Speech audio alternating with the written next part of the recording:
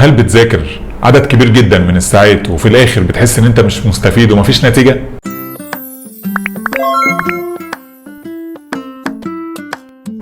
للأسف شفت ناس كتير وخصوصا ايام الدراسة الأكاديمية ممكن يبقى ماسك الكتاب من أول ما يصحى من النوم لحد قبل ما ينام، وبالرغم من كده دايما درجاته بتبقى أقل درجات بيحصل عليها في الفصل الدراسي بتاعنا.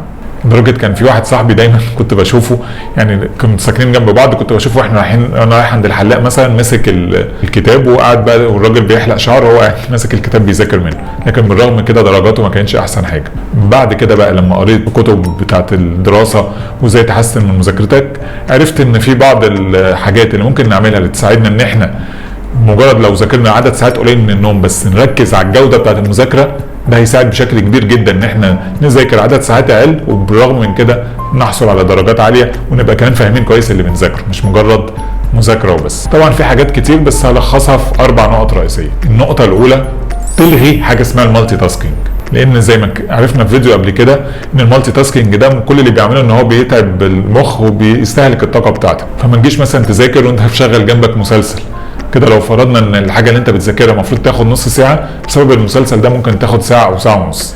تاني حاجه، اتعلم واعرف تقنيات القراءه السريعه، لان القراءه السريعه بتساعد ان انت تقرا كميه كبيره وفي وقت قليل وفي نفس الوقت تكون مستوعبها.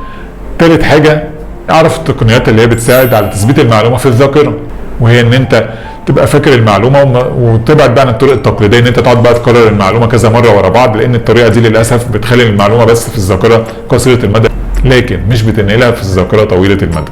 رابع حاجه ودي حاجه مهمه جدا، هو ان انت يعني تعمل كده زي تتبع او تراك للحاجات اللي انت بتذاكرها او بتعملها. ده بيحفز المخ جدا ان هو يكمل وان هو يحسسه انه عمل انجاز، فبالتالي يساعده بقى ان هو يبقى مركز اكتر بعد كده وينجز اكتر في وقت المذاكره اللي بعد كده.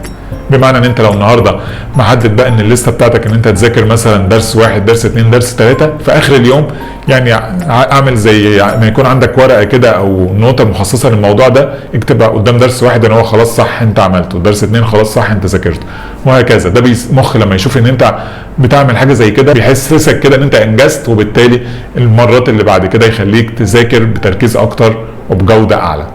ومجرد تطبيقك للنصايح دي هتذاكر اللي انت عايزه بجوده عاليه وفي وقت قليل.